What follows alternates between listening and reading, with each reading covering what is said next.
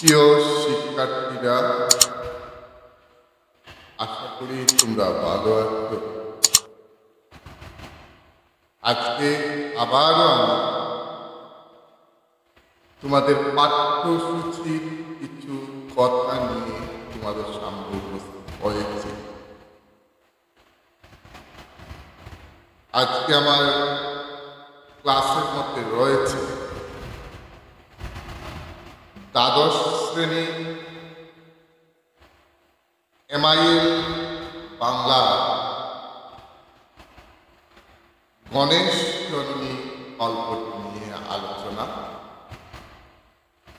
যে গল্পটি লিখেছেন লেখক বনাইচাঁদ মুখোপাধ্যায়, যাকে বনকুল নামে তিনি প্রসিদ্ধ।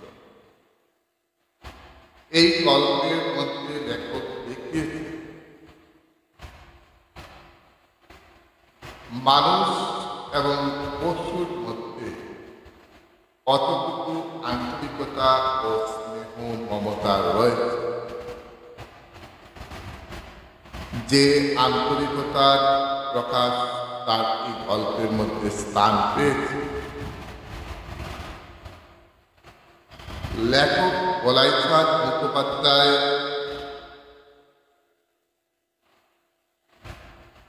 শুধু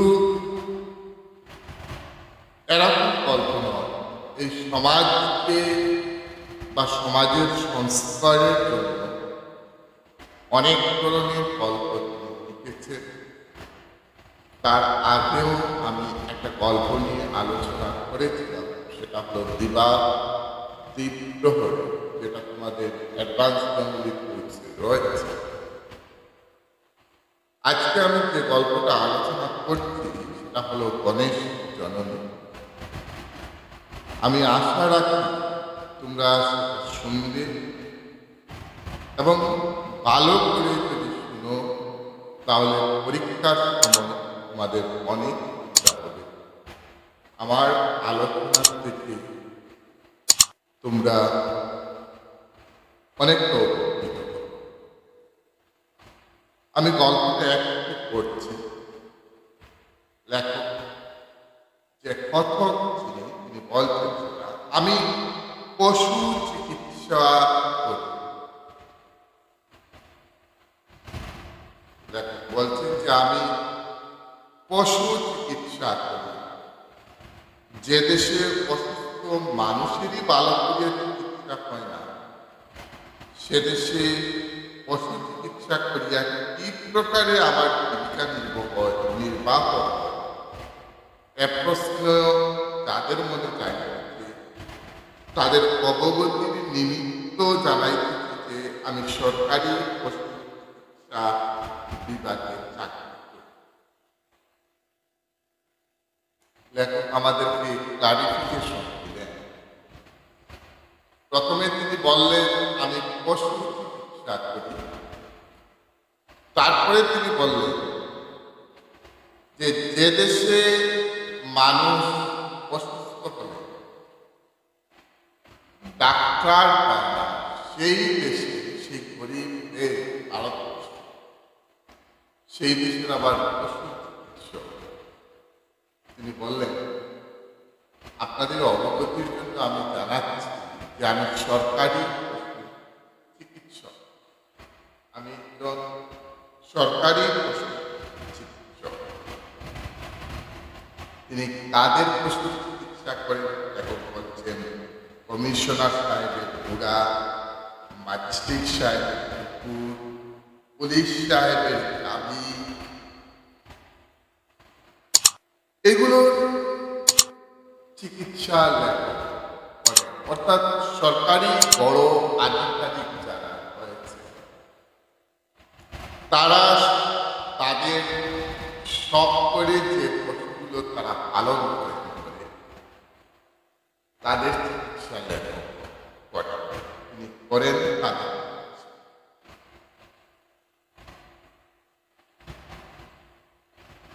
তবে হ্যাঁ, লেখক বলছেন মনুষ্য চিকিৎসকদের প্রাইভেট প্র্যাকটিসের মতো নির্ভরযোগ্য প্র্যাকটিস আমাদের। মানুষের ডাক্তার বা চিকিৎসক যারা রয়েছে তারা যেরকম ভাবে প্রাইভেট প্র্যাকটিস করেন, প্রাইভেটলি রুগী দেখেন এবং রুগী দেখে যেভাবে তারা ফিজ নেন, ঠিক সেভাবে আমাদের তেমন সুবিধা নেই।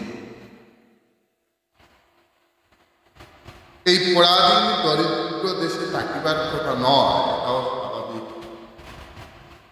এটা পরাধীন দেশ ভারতবর্ষ, দরিদ্রের দেশ ভারতবর্ষ, এবং সেখানে পশুদের ট্রিটমেন্টের জন্য, চিকিৎসার জন্য আলাদা করে আবার প্র্যাকটিস করানো, সেটা টাকারও কথা নয়, প্রাইভেট। অর্থাৎ মানুষের ডাক্তারের মতো আমাদের প্রাইভেট দেখার এই সিস্টেমটা আমাদের নেই। ঠিক এরকম কথা যখন বলছেন, তখন যে দিনের কথা নিয়ে তিনি আমাদের গল্প লিখেছেন, সেই দিনের কথা বললেন যে সেদিন এমনি একটি অপ্রত্যাশিত কল, একটা ফোন আসলো, একটা ফোন আসলো লেখকের কাছে, অপ্রত্যাশিত।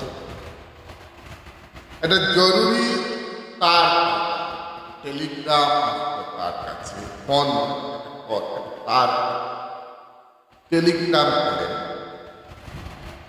আমার হস্তি অসুস্থ, অবিলম্বে চলে আসো। আমার হাতি অসুস্থ, টেলিগ্রাম আসলো। আগেকার দিনে টেলিগ্রাম পাঠানো হতো এবং খুব সংক্ষেপে সেটা দেওয়া হতো যে আমার হাতি অসুস্থ, আপনি তাড়াতাড়ি আসুন। উল্লাসিত হইলাম। লেখক বলেছেন একটু আগে আমাদেরকে যে সরকারি আমি পশু চিকিৎসক, সেটা ঠিক। আমি কমিশনারকে পুলিশের দারোগার, অর্থাৎ সরকারি বড় আধিকারিক যারা রয়েছে, আমি তাদের চিকিৎসা করি। তবে মানুষের চিকিৎসকের মতো আমাদের ঠিক সেভাবে প্রাইভেট প্র্যাকটিস করার মতো আমাদের কোনো কিছু নেই। কিন্তু সেদিন একটা কল আসলো, একটা তার, একটা টেলিগ্রাম, আমার হাতি অসুস্থ, আপনি খারাপ। লেখক উল্লাস হবেন, মোটা টাকা পাওয়া যাবে। হাতি অসুস্থ হয়েছে, একজন লোক টেলিগ্রাম দিয়েছেন, আমি যদি সেখানে যাই ট্রিটমেন্ট করার জন্য হাতি, তাহলে নিশ্চয় মোটা টাকা পাওয়া যাবে। যেখানে যাইতে হইবে তার ট্রেন থেকে 7-8 ঘন্টার পর, অনেক দূর। ট্রেনে যেতে 7-8 ঘন্টা লাগে। এত দূর যাইতে হবে, হাতির অসুখ, কম করিয়া গড়লেও 200 টাকা লাগবে। 7-8 ঘন্টা পথ, এত দূর আমাকে যেতে হবে। কম করেও হলেও 200 টাকা কি পাওয়া যাবে? পাওয়া যাবে। একেবারে কম করেও হলেও 200 টাকা কি পাওয়া যাবে। তাই তিনি খুব উল্লাস করেন তার এবং সমস্ত কিছু রেডি করে, তার বাক্য রেডি করে তিনি ট্রেনে করে সেই লোকটার বাড়িতে গিয়ে পৌঁছলেন। এবং শুধু পৌঁছা নয়, পৌঁছাবার আগে স্টেশনে যখন গেলেন, তখন এই ভদ্রলোক স্টেশনে দাঁড়িয়েছিলেন, যিনি তার চিকিৎসা করেন। তিনি স্টেশনে তাকে নেওয়ার জন্য আসলেন এবং সশব্দে আমাকে প্রশ্ন করলেন, আপনি কি ভেটেরিনারি সার্জন? হ্যাঁ, আসুন, আসলে আমি আপনাকেই নিতে এসেছি। আপনাকে নেওয়ার জন্য আমি আপনি আসুন। ভদ্রলোক তাড়াতাড়ি লেখকের সুটকেসটা লইলেন এবং ভদ্রলোকের চেহারার বর্ণনা লেখক যেন কমস্তার মতো চেহারা, পায়ে মলিন ক্যাম্বিসের জুতা, গায়ে মলিন জামা কাপড়, এক কুচা কুচা কাঁচা পাকা দাড়ি, ৫-৭ দিন কামান। এই ভদ্রলোকের চেহারার বর্ণনা। আমি ভাবিলাম যে জমিদারের হাতে উনি বোধহয় সেই জমিদারেরই কর্মচারী, যিনি আমাকে নিতে এসেছেন। মুখে কুচা কুচা কাঁচা পাকা দাড়ি, যেটা দেখে মনে হচ্ছে অন্তত ৫-৭ দিন কামানো হয়নি, ময়লা কাপড় গায়ে এবং একটা ক্যাম্বিসের জুতা। লেখক ভাবলেন হাতির মালিক তো হবেন না, যে জমিদারের হাতির চিকিৎসার জন্য আমি যাচ্ছি, হয়তো ওই ভদ্রলোক সেই জমিদারের কর্মচারী।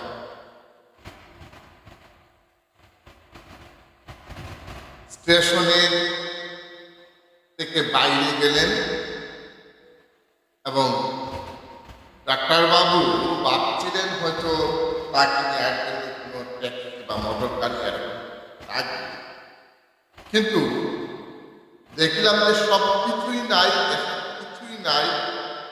ভদ্রলোক সাইকেলে এসছেন আর সাইকেলটা স্টেশনের বাইরেই ছিল। তিনি আমার জন্য একটা চেকটা গাড়ি দিয়ে সাইকেল আরোহণ করলেন। খানিকক্ষণ পড়েছে তা গাড়ি একটা বাড়ির সম্মুখে থাম, একটা বাড়ির সম্মুখে সেটা থাম। অর্থাৎ লেখক ভাবছিলেন যে হয়তো একটা দাস গাড়ি হবে, একটা মোটর গাড়ি থাকবে, কিন্তু না, স্টেশনের বাইরে গিয়ে দেখলেন একটা ঘোড়ার গাড়ি তার জন্য অপেক্ষা করছে। ডাক্তারবাবু উঠলেন সেই ঘোড়ার গাড়িতে আর ভদ্রলোক সাইকেল। খানিকক্ষণ পর একটা গাড়ি বাড়ির সম্মুখে গেল। ওই বাড়িতে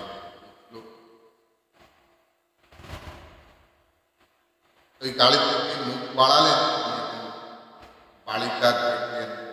দেখে মনে হলো একেবারে মধ্যবিত্ত গৃহস্থের বাড়ি, একটা জমিদার বাড়ি।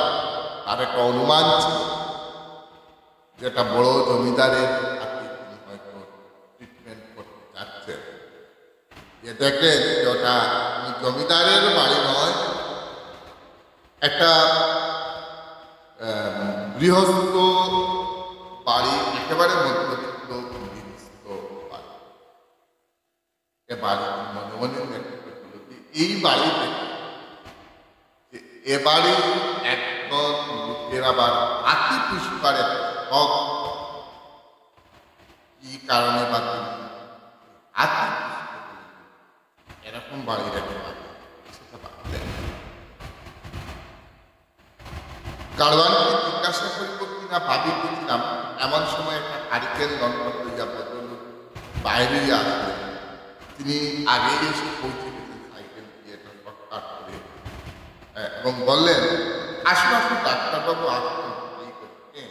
তার বাইরে আমাকে ডাকলেন, ডাক্তারবাবু আসুন আসুন এই করে আসুন। আমি গিয়ে তার বাইরে করে গিয়ে বসলাম ওই ভদ্রলোকের বাইরে। কোর্টটাতে বসলাম, টুপি, একটা দড়ির ছেঁড়া কাটিয়া, একটা নড়বড়ের টেবিল এবং দাদুই ক্যালেন্ডারের ছবি এবং ইহাই সে করতে শ্বাস করতে। ভদ্রলোক আমার সুটকেসটি করে রেখে নামাইয়া আমার দিকে হাসি মুখে থেকে বলিলেন, এক প্রশ্ন, আমি একবার বাড়ির ভিতর থেকে আসি, চা? আমি বাড়ির ভিতর থেকে আসি, চা? ডাক্তারবাবু জিজ্ঞাসা করলেন, আমার রুগী কি পায়? এইখানেই আছে, আমার ভদ্রলোক ভিতরে চলিয়া গেলেন। আমি বিস্মিত হইলাম, লোকটার কথা করতেছি কিনা। মিনিট খানেক ধরে তিনি আকল ভাঙ্গা কাপে কাপ চা লইয়া প্রবেশ করলেন। একটা দারিদ্রতার ছবি এখানে প্রকাশ পায়। চায়ের কাপটার আকল ভাঙ্গা একটা কাপ আসলেন ভদ্রলোক। এই কথাটা বলার বললেন যে লোকটা হাতি পুষতেন তার অর্থনৈতিক দৈন্যদশার আর্থিক দৈন্যতা যেখানে প্রকাশ পাচ্ছে, একটা দারিদ্রতার আকল ভাঙা আপনি নিয়ে আজ বলেন চাবি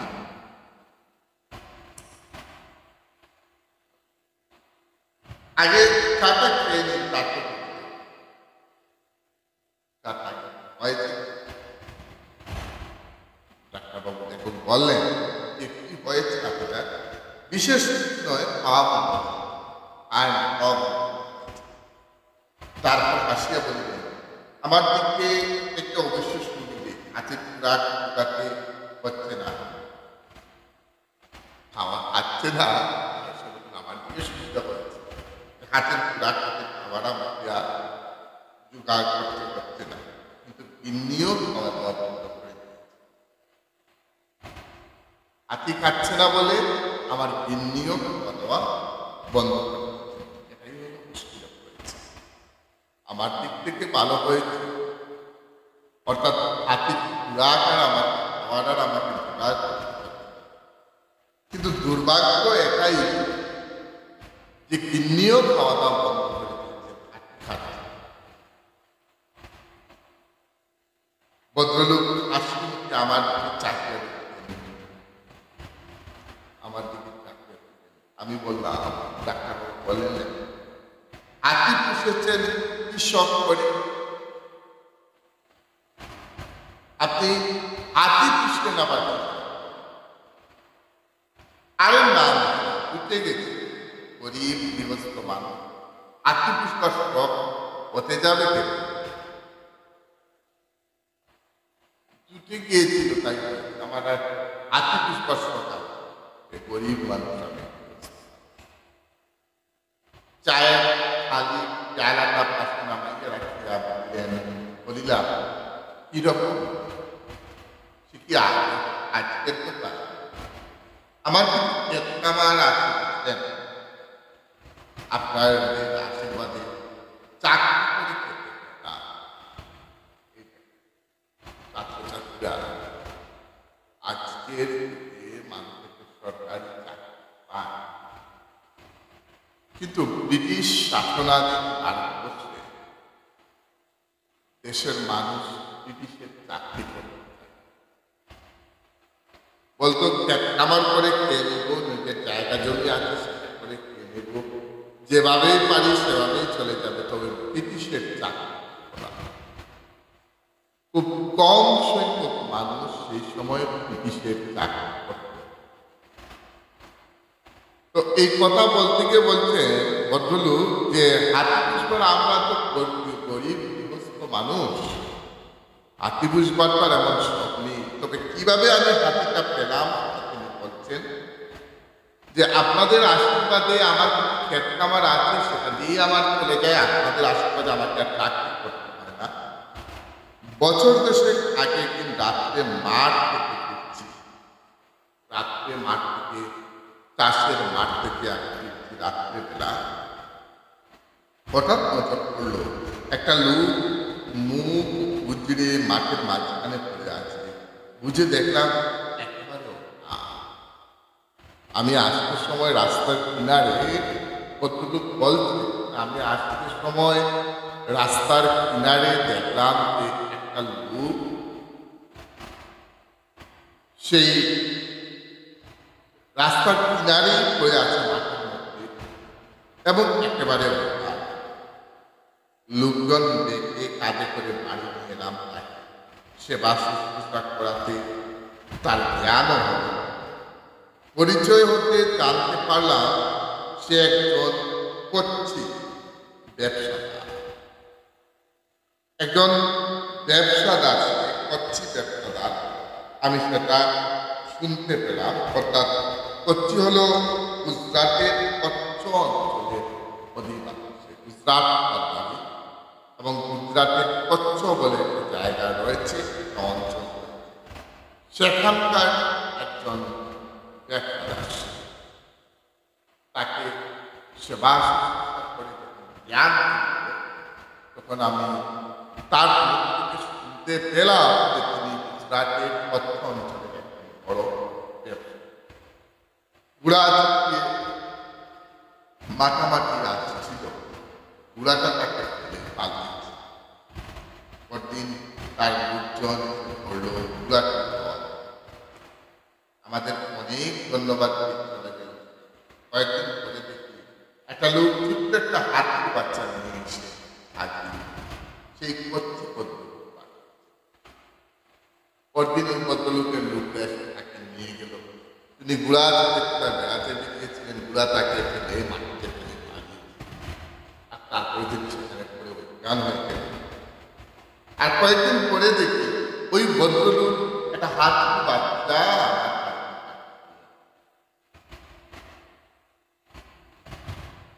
তিনি নাকি হাতির ব্যবসা, একটা চিঠিও সঙ্গে তাহলে আপনারা আমাদের প্রাণ দান করেছেন, বিনিময়ে আপনাদের কি আর সামান্য আর গ্রহণ করলে আর একটা চিঠি দিলেন, বলেন আপনারা আমার প্রাণ দান করেছেন, এর বিনিময়ে আপনাদেরকে আর কি দিতে পারবো? একটা ছোট্ট হাতির বাচ্চা পাঠালাম, যদি আপনারা সেটা গ্রহণ করেন তাহলে আমি আর এই বলে ভদ্রলোক একটা ছোট্ট হাতির বাচ্চা আমাকে সত্যি সেই হাতির বাচ্চাটা খুব চমৎকার সুন্দর ছিল এবং খুব ছোট্ট ছিল। সেটা দুষ্টমি করত, ওদিকে সুর দিয়ে দিকে যেত, দেখতেও খুব ভালো লাগতো। আর ওই ভদ্রলোকের গিন্নি এটা পেয়ে একেবারে আগে আসতে, এবং তিনি বললেন তখন, ও আমার অনেক হাতি নয়, ও যেন আমার বলে ভগবান অনেক যেন বলেই তার সামনে এক বাটি দুধ এগিয়ে দিলেন। বেশ সেই থেকেই গণেশ রেখে গেল, আমাদের ছেলে দিলেও নেই, ওই গণেশ অর্থাৎ কি বুঝলে চাকরা, ওই ভদ্রলোক গ্রামের গৃহস্থ কাজ করে, তার ক্ষেতের জমি রয়েছে, চাষ করে। একদিন রাত্রে মাঠ থেকে ফিরছেন, চাষ করে করে মাঠ থেকে ফিরছেন। তো মাঠ থেকে ফিরার সময় হঠাৎ দেখলেন রাস্তার কিনারে জমিতে মুখ গুছিয়ে একজন লোক পড়ে আছে। তিনি কিনারে গিয়ে দেখলেন তাকে, লোকজন দেখে তাকে ঘোরাঘুরি করে বাড়িতে নিয়ে আসলেন, অনেকটা সেবা শুশ্রূষা করলেন, তারপরে তার জ্ঞান ফিরল। জ্ঞান ফেরার পর এই অসুস্থ লোকটা বলল যে সে একজন ব্যবসায়ী এবং তার বাড়ি হল গুজরাটের কচ্ছ অঞ্চলে।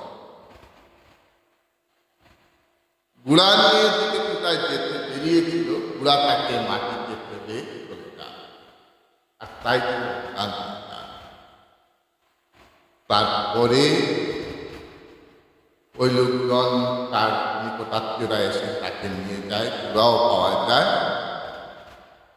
আর এর কয়েকদিন বাদে ওই কচ্ছ অঞ্চলের অধিবাসী যিনি অজ্ঞান হয়ে পড়েছিলেন, তিনি একটা হাতির বাচ্চা পাঠিয়েছিলেন তাকে, এবং সঙ্গে একটা চিঠি দিলেন, বললেন যে আপনারা আমার প্রাণ দান করেছেন, তার বিনিময়ে আপনাদেরকে আমি কিচ্ছু দিতে পারছি না, একটা ছোট্ট হাতির বাচ্চা আপনাদের পাঠিয়ে দিলাম, যদি সেটা গ্রহণ করেন তাহলে প্রকৃতি তার। আর ওই জিনিসটা গ্রহণও করলেন। তার গিন্নি তাকে এক বাটি দুধ দিলেন এবং বললেন যে আমাদের গণেশ আসলে ওই দম্পতি ছিলেন নিঃসন্তান, তাদের কোনো ছেলে পুলে ছিল না, তাদের নিজের কোনো সন্তান আদি ছিল না। তাই ওই হাতির বাচ্চাটাকেই তারা নিজেদের ছেলের মতো বড় করতে লাগলো, বিশেষ করে ওই গিন্নি, ওই ভদ্রমহিলা। আর এভাবেই চলতে বদলুক চুপ করিলেন। আমি সবিস্ময়ে শুনিতেছিলাম, জিজ্ঞাসা করিলাম, আপনাদের এতটুকু বাসায় ওকে রাখেন না? এই ছোট্ট বাড়ি, ছোট্ট বাসা, একটা হাতি আপনারা রাখেন কোথায়? উঠানের দিকে জায়গা আছে অনেকখানি, তাছাড়া সব বাড়িতেই তো সমস্ত বাড়ি ওই হাতি। দরজা দেখছেন না, সব কেটে কেটে বড় করতে হয়েছে যাতে ও যথেচ্ছ ঘুরে বেড়াতে পারে। আমরা এই শোষণ ঘরের সবগুলো দরজা কেটে কেটে বড় করা হয়েছে যাতে করে ও ইচ্ছে করে যে কোনো রূপে যে কোনো কোথায় যেতে পারে না। আর আমরা তো শোষণ চেক না করে সমস্ত বাড়িতেই আমাদের আমরা এক জায়গায় পড়ে আছি, আর ও যেখানে সেখানে যায় এভাবে। ভদ্রলোক অকৃত্রিম আনন্দে হাহা এই কথা বলে তিনি হাহা।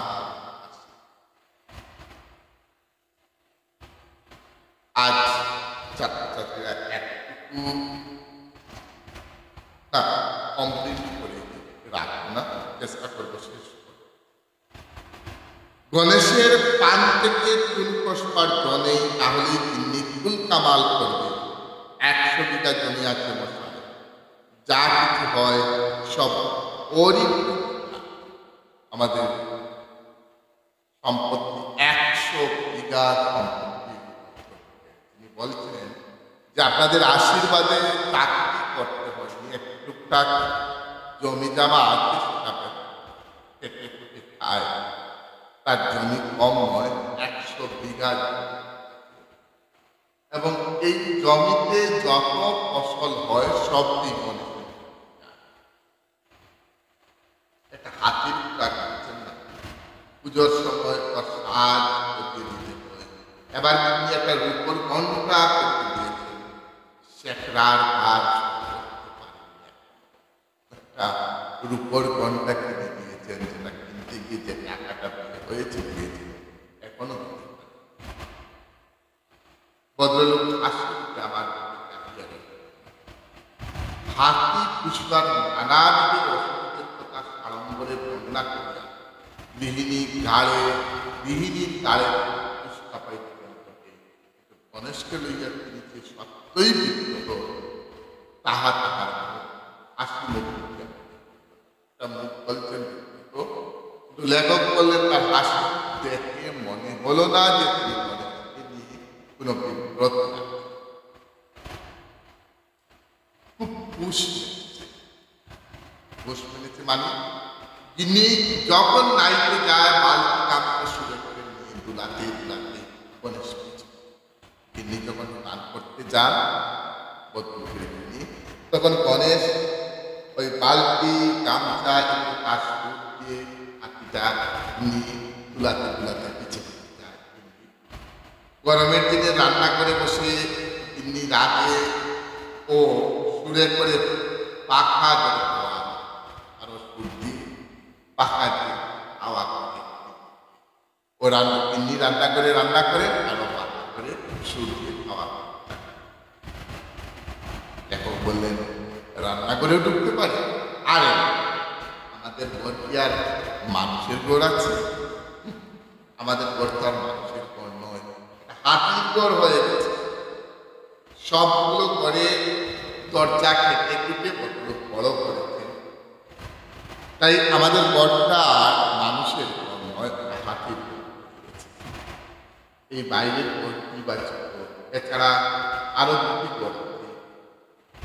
এক রান্না বাড়ার আর একটা শোবার, দুটি বিরাট, মানে হল করতে হয়।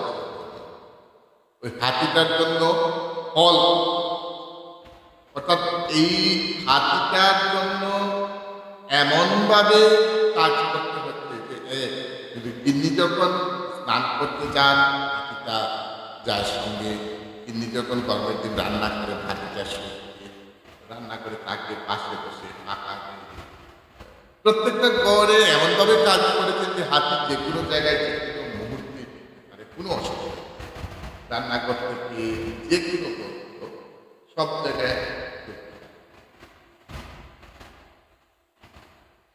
এই দিনকে উনি বেড়াতে বেরোবে থেকে বড় করা হয়েছে, সবগুলো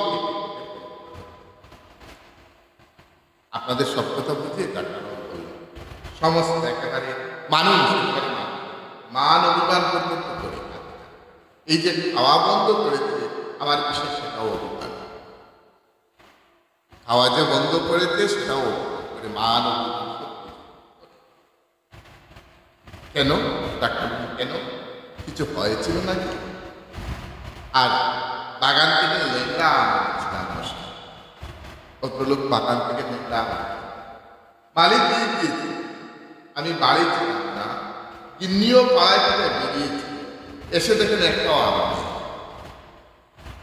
বাগান থেকে লেংড়া আম করেছিলাম, মালিক দিয়ে গিয়েছিল প্রচুর আম। আমি বাড়ি ছিলাম না, গিন্নিও পাড়ায় থেকে ঘুরতে গিয়েছিলেন, দেখলেন একটাও এসে সব সব পাতা। তাই গিন্নি একটা কাপড় মেরে বলেছিলেন রাক্ষস সব খেয়ে বসে আছে, একটু রাখতে একটা তাৎপর দিয়েছিলেন আর বলেছিলেন রাক্ষস সব খেয়ে বসে আছে, একটু আমাদের। সেই যে বিশেষ করে ঘুম মেরে বসেছিলেন, তারপর থেকে কিন্তু আর জল স্পর্শ করে। এই হলো কিছু আম দিয়ে গিয়েছিল মালিক। আমি বাড়িতে, ভদ্রলোক বলছেন যে আমি বাড়িতে ছিলাম না, গিন্নিও পাড়ায় থেকে দিয়েছি, আর সেই আম সবগুলো খেয়ে নিয়েছে। গিন্নি এসে একটা কাপড় দিয়ে বললেন রাক্ষস টাকা সব একটাও আমাদের মতো রাখি না। আর এই যে অপমান করলো, তারপর থেকে জলও করলো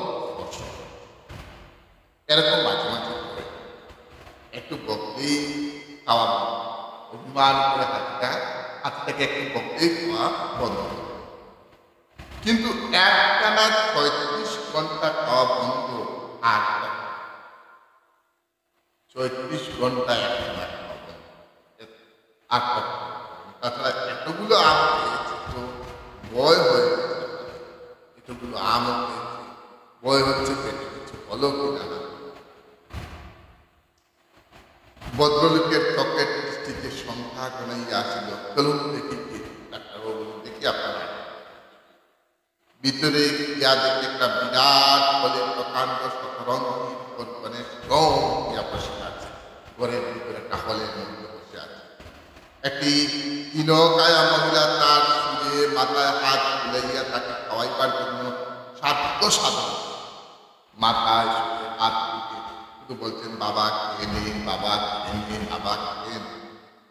সম্মুখে প্রকাণ্ড একটা পাত্র, কি একটা জলীয় দ্রব্য পরিপূর্ণ, তার পাশে লেবুর শাক, একটা টপের মধ্যে কি একটা জলীয় পদার্থ রয়েছে তাকে খাওয়ানোর জন্য, আর লেবুরও স্তূপ রয়েছে। খাও লেবু দিয়ে কেমন সুন্দর পার্লি করে চোখেই দেখে হাতিকে বলছেন খাও লক্ষিত, আমি লেবু দিয়ে বার্লি করে এনেছি তোমার জন্য, একটু খাও একটু খাও। গণেশ পুরার মতো কান দুটি নাড়াইয়া খুশ করে শব্দ করল, অভিমান খাবো না, খুশ করে শব্দ করল। মহিলা আমার দিকে তাকাইয়া সজল কণ্ঠে বললেন ওর নিশ্চয় কোনো অসুখ করেছে, ওকে ভালো করে পরীক্ষা করে দেখো না, নিশ্চয় কোনো অসুখ করেছে, দেখিলাম রোগের কোনো চিহ্নই পাইলাম না। গণেশ সম্পূর্ণ সুস্থ, ব্যাপারটা শুধু এই অভিমান করেছে, কেন তুমি আমাকে রাক্ষস করবে? আমি আম খেয়েছি বলে হাতিটার অভিমান করো যে আমি আম খেয়ে নিয়েছি বলে কেন আমাকে রাক্ষস করো? আমাকে রাক্ষস করবে কেন? তুমি আমাকে রাক্ষস করবে? এই অভিমান করে ৩৬ ঘন্টা ধরে খাওয়া বন্ধ। ফিরিবার সময় কথা বলিলেন, আপনার দক্ষিণা কত দিতে হবে ডাক্তারবাবু? আপনি তো দেখলেন এতদূর ঢাকায় আসবেন, ট্রেনে করে ৮-৯ ঘন্টা, এত সময় দিলেন, আপনার দক্ষিণাটা আমি কত দেব? ডাক্তারবাবু বললেন, অপরের কাছ থেকে হলে ২০০ টাকা দিতাম, কিন্তু আপনার কাছে কিছু নেই। অন্যের কাছ থেকে হলে আমি ২০০ টাকা নিতাম, কিন্তু আপনার কাছ থেকে কিছু নেব না। নানক তা কি হয়? এত কষ্ট করে এসেছেন, না আমি এত কষ্ট করে আপনি এসেছেন, সেটা কিভাবে হয়? ডাক্তারবাবু বললেন, না আমি নেব না, কিছুতেই লইতে রাজি হইলাম না। তখন তিনি বারান্দায় গিয়া দণ্ডায়মান এক ব্যক্তিকে সম্বোধন করিয়া নিম্ন কণ্ঠে বলিলেন, তাহলে আর টাকার দরকার হবে না, তা গহনাগুলো ফেরত দাও। কি বুঝি? বারান্দায় গিয়ে বললেন, তাহলে আর টাকার দরকার হবে না পদ্মা, গহনাগুলো তুমি ফেরত দিয়ে দাও। স্ত্রীর গহনা অলঙ্কার বায়না রেখে, স্ত্রীর গয়না মসজিদ বন্ধ করে, বায়না বন্ধ করে তিনি পদ্মার কাছ থেকে, সোনার কাছ থেকে টাকা এনেছেন ডাক্তারবাবু ফিস দেওয়ার জন্য। বললেন, আর তোমার কাছ থেকে টাকার দরকার হবে না, তুমি গহনাগুলো দিয়ে দাও। একটা পশুর প্রতি কতটুকু প্রেম এক নিম্ন মধ্যবিত্ত গৃহস্থের পরিবারের। নিজের সমস্ত সম্পত্তি ওই পশুর শেষ হচ্ছে হাতিটা। ১০০ বিঘা জমি, এই ১০০ বিঘা জমিতে যা ফসল হয় সব হাতি। বুঝিলাম গণেশ জননী নিজের গহনা বন্ধ করিয়া আমার কি সম্ভব করিয়াছে। নিজের গহনা বন্ধ দিয়ে লেখকের সাথে ডাক্তারবাবু কি জোগাড় করেছে শেষ একেবারে সুন্দর সহজ সরল ভাষায় গণকের সেই গল্প। পশুর প্রতি একটা পরিবারের একটা একজোড়া দম্পতি কতটুকু স্নেহ ভালোবাসা, নিজের সন্তান কিন্তু নিজের সন্তানের চাইতেও অধিক স্নেহ করতেন এই পশু। আর বলছি না, ভালো করে শুনবে প্রথম থেকে শেষ পর্যন্ত। গুরুত্বপূর্ণ যে কথাগুলো বললাম তার নোট করবে, আশা করি তোমরা উপকৃত হবে। আজ এই পর্যন্তই। ততক্ষণ তোমরা ভালো থাকো, জীবনে প্রতিষ্ঠিত হও, ভালোভাবে নিজের কেরিয়ারটা করো, এই কামনা করছি। জয়।